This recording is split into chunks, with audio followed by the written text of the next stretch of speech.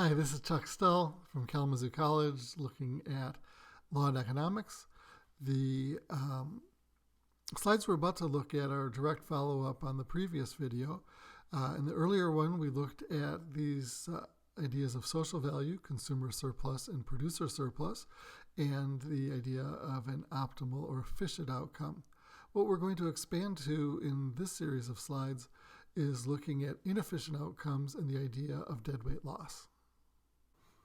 Efficiency and inefficiency. Under certain conditions, the market equilibrium will give us the efficient outcome, right, where resources go to their most valued use, where we have a balance of the desires of consumers with the cost of production. If we move away from this Q star, if we move to the left, the marginal cost will be less than the marginal benefit, which means that we could use more resources to produce this product and increase net benefits to society. On the other hand, if we produced past Q star, then the additional costs will be higher than the additional benefits. The marginal cost will be greater than the marginal benefit, and society will be worse off. Resources will be better used to produce other goods than this one. What I'd like to do is look at those two inefficient outcomes in a little bit of detail. So one problem is that the quantity is below the optimal quantity. The other will be too high. But let's start with the low one.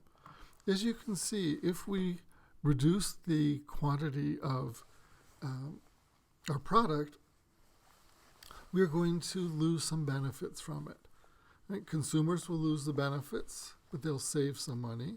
Producers will lose their benefits, but they will save some cost of production.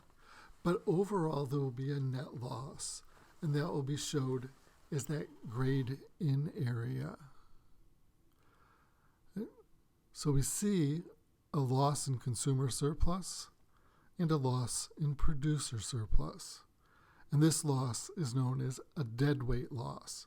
It's a loss that goes to no one. It's a measure of inefficiency. Now, there are many possible causes why quantity would be too low. We could have a monopoly. We could have a price floor. We could have a quota. We could have taxes. We could have positive externalities, or we could have a public good, or we could have transactions costs. Right, but for whatever reason, if quantity is less than the optimal quantity, we're going to have a loss to society.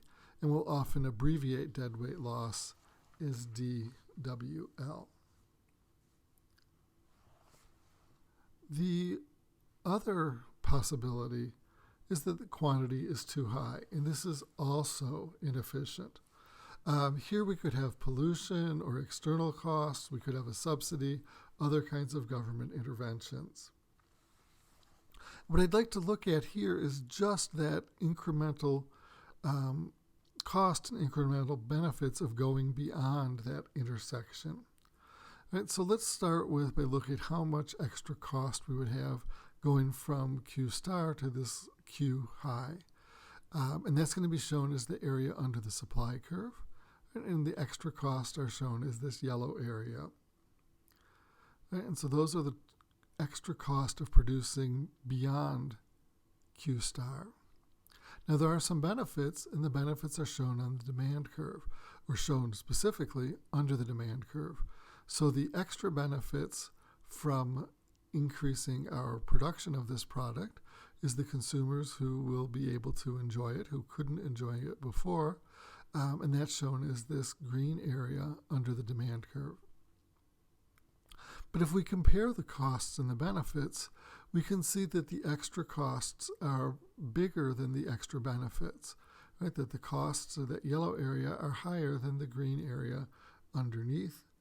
And so we have a net loss for society. We are worse off by producing this extra quantity. We'd be better to go back to Q star. All right, so that net loss for society we can show is this grayed-in area, and again, the grayed-in area represents the deadweight loss that comes from inefficiency, it's a loss where the gains are less than the costs. This is Chuck Stull from Kalamazoo College. Thank you for listening.